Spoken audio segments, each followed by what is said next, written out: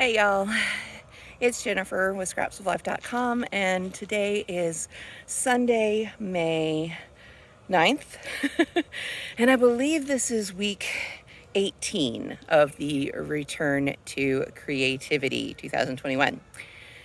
I am doing something a little different today. I am I'm filming this on my phone and I'm out of breath because I just got finished moving some bags of potting soil because I just came back from Lowe's. Second trip this weekend. So, because time is short today, I still have a lot to do. Yeah, I figured I'd just film this on my phone. And if I'm not mistaken, YouTube supports vertical videos now. So we're just going to go with that. How's your week been? Mine was busy. I got 4 more pages done on the coloring book. So that brings my total up to 31. I have 4 more to do. So those are the ones that were not part of the original Inktober challenge from 2018. So I've got some of them sketched. I just need to go ahead and finish them. So that'll be this week's project. And then it'll be all about the layout and coloring, or cover rather, which will require some coloring. I get to color my own coloring pages. That's kind of cool. I ordered some sample books from Amazon that I was fairly certain were printed using their print-on-demand feature because I wanted to see the how they actually came out, so I'd have an idea of quality. And I'm cool with it. That's fine. All good. So yeah, that was the week.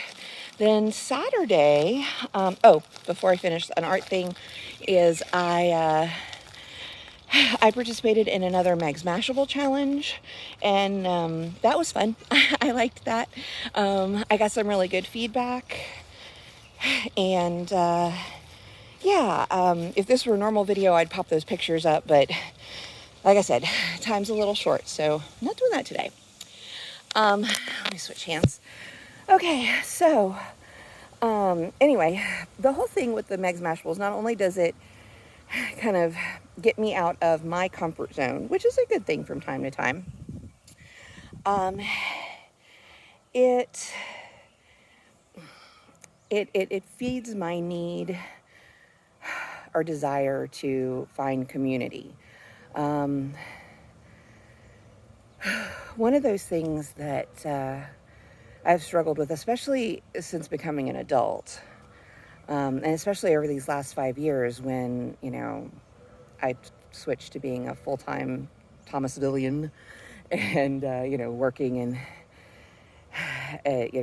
not being as entrenched in Tallahassee as I was, is finding a community. Community is something that I've always felt was missing for me, and I have little pockets here and there, and so trying to find a pocket of an art community that I fit with, that accepts me, can sometimes be difficult because I don't do like traditional fine arts, and I don't know. So the local art community, while I do participate as much as I can, it's not really mine, which is fine. It's okay.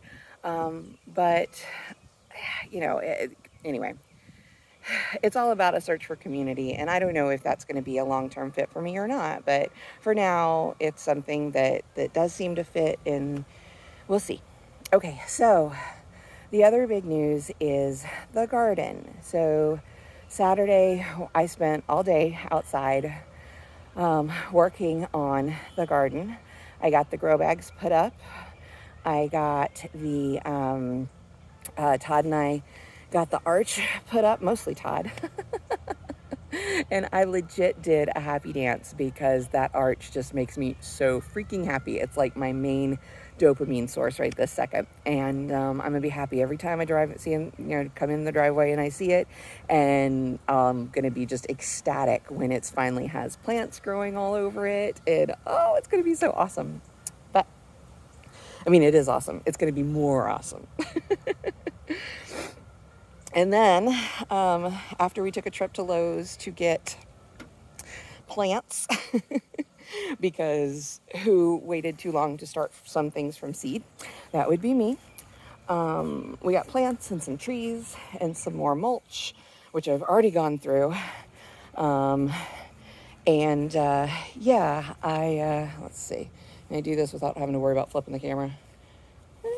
Yeah, you see those? I was going to put the plants in today after I went to Lowe's again to get more soil because I ran out. I was filling the wooden planters that I put together after yesterday's trip to Lowe's, and I'm very proud of myself for putting them together. Are they perfect? No, but that kind of matches everything else in our life. So, anyway, here they are. Woo-ha! And there's the arch. Isn't it awesome? Isn't it? I'll give you another view. Anyway, so I ran out of soil, and that was kind of a bummer because that was 27 cubic feet. Yes, 27 cubic feet. A cubic yard of dirt was not enough to fill everything. And that's on me. It was really hard to estimate how much was going to be needed for these planters. I think that's right. So, oh well.